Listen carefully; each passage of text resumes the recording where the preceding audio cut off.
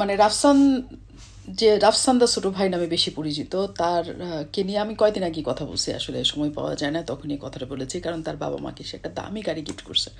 So গাড়ি নিয়ে আমার এক ধরনের ফ্যাসিনেশন আছে, গরিবের ঘোড়া রোগ যাকে বলে, কোন গাড়ি কত দাম এটা দেখার চেষ্টা করি। তো রাফসান হচ্ছে যে গাড়িটা দিয়েছে সেটা A4 মডেলের বোধ হয়, সেটা বাংলাদেশের টাকায় 80 লাখের কাছাকাছি হবে। কোথায় এটা আসলে 2 কোটি টাকা কোথা থেকে কে পেয়েছে আমি এটা জানি না, আমি তখনই জানি যে এটার দাম আসলে এটার কাছাকাছি হবে। তো গাড়িটার কত দাম সেটা নিয়ে আসলে প্রশ্ন না উঠুক, যেটা প্রশ্ন উঠছে যে রাফসানের বাবা আসলে অনেক টাকা লোন করেছে, সেই লোন পরিশোধ না করে রাফসান কেন এটা করতেছে, হ্যান ত্যান নানা মোরাল স্টোরি তাকে শেখানো হচ্ছে।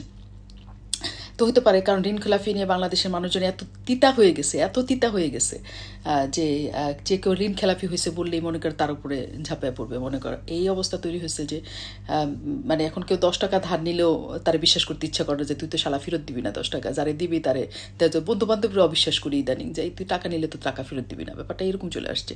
তো এত একটা বৃত্তিষ্ণা বাংলাদেশের মানুষের চলে আসছে যে বাংলাদেশের মানুষ যখনই মনে করছে যে এটা আসলে একটা ঋণ খেলাপির গল্প, তখন যে রাফসান সকলের আদর্শ ছিল রাতারাতি সে নিচে নেমে গেছে।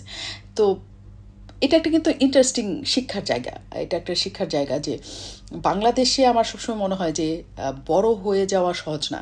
আপনি ধরেন আপনার মেধা দিয়ে, আপনার শ্রম দিয়ে, আপনার পরিশ্রম দিয়ে আপনি যত উঠতে থাকবেন, নিজে একদম অযোগ্য মানে অশিক্ষিত পরকে নিয়ে লেগে থাকা মানুষ তারা হচ্ছে আপনাকে টেনে হিচড়ে নামাবে।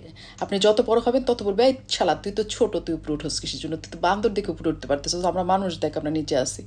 তো এটা যে নতুন কাহিনী তা না, আমি এটা সবসময়ের জন্যই দেখেছি। ধরেন আপনি একটা কথা বলবেন, সেই কথা নিয়ে ঝাঁপায় পড়বে, বুঝুক না বুঝুক, সেটার বিহাইন্ড দ্য সিনে কী আছে সেটা জানুক না জানুক সেটা।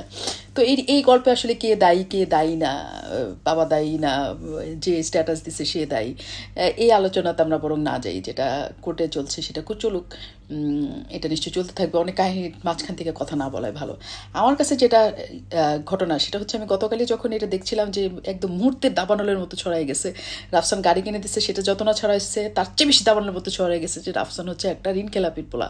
তো ঋণ খেলাপির পোলা, ছি ছি ছি তুই ঋণ খেলাপির পোলা, মানে আমরা তো ছিছি বলতে পারলে মনে করেন আমাদের মতো সুখী, মানে কি যে আনন্দ হয় আমাদের এটা কল্পনা করতে পারবেন না। তো সেই আনন্দে সবাই ভাসতেছে যে আরে রাফসাননে তো পাইছি, শালা তুই লাখ লাখ টাকা কোটি কোটি টাকা কামাস, আমি 2 টাকা কামাইতে পারি না, সারাদিন এখানে ঘুরে বেড়াই, তুই শালা কামাবি কামাই না। তো ইনস্ট্যান্টলি তোরে পেয়ে গেছি 2 দিনের মাথায়। তো এটা যখন পেয়ে গেছি, তো রাফসান আজকে একটা ভিডিও বানাইছে, তো আমি খুবই ইন্টারেস্ট নিয়ে, আমি আসলে দেখার সময় পাইতাম না তারা।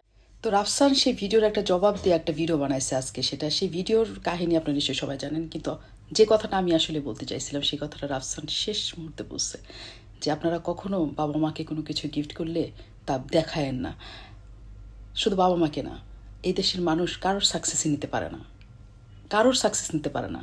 তো আপনার যখন যা কিছু আনন্দ হয়, যখন যা কিছু আপনার সফলতা হয়, তা আপনার সবার সাথে প্রকাশ করতে ইচ্ছা করবে, দেখাইতে, কিন্তু আপনি জানায়েন না। সেফ থাকবেন।